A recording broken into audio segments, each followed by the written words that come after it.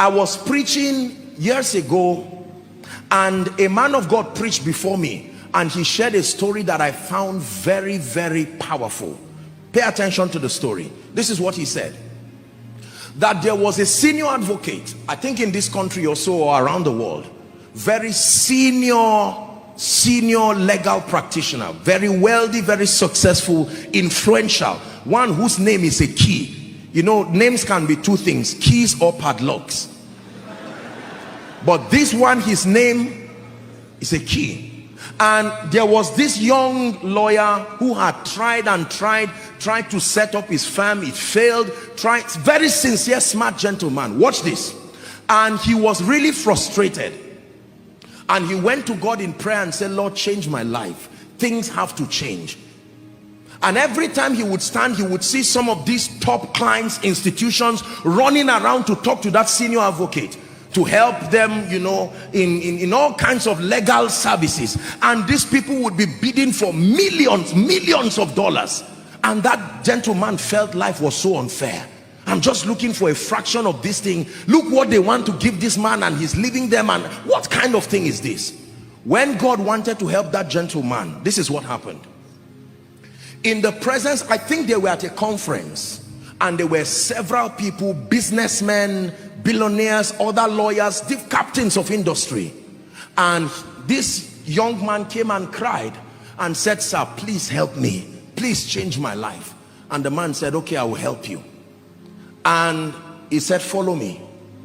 And he came out of the veranda, and everybody was looking at him. Oh, this is that our senior advocate. What is he doing with this guy? Then he began to talk with him.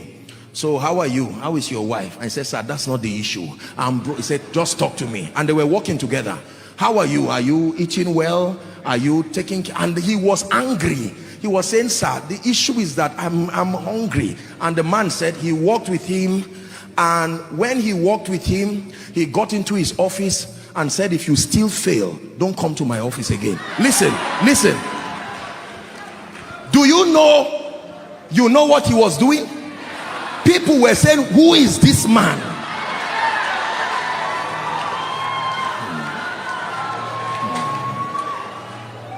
Please sit down. Sit down and learn. You are in the house of God.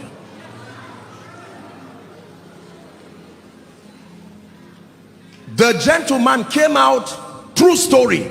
He was about to look for a bike to go home, and someone stopped him and said, sorry, I saw you with this man.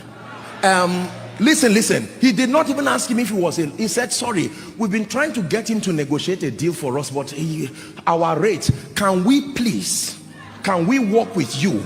And he mentioned a rate that was a breakthrough, and the gentleman was wise to compose himself. Listen, true story.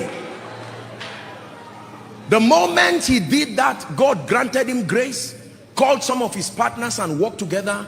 And within a year, this gentleman got a gift and went back to the office of that senior advocate. He knelt down and said, thank you for changing my life. Then the senior advocate asked him, he said, do you know what happened to you? That's what I'm interested in. Keep your gift. You have to study what happened to you so that you will use it on others too. Favor is when an individual invests his credibility on you.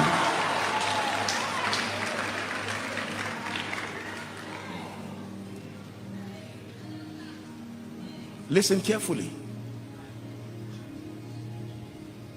Who likes you in this kingdom matters.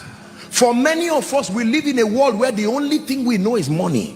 Once money is not in front of you, you don't care about any other thing again. If they keep money and they keep men, you will carry money and it will finish and you will go back to square one.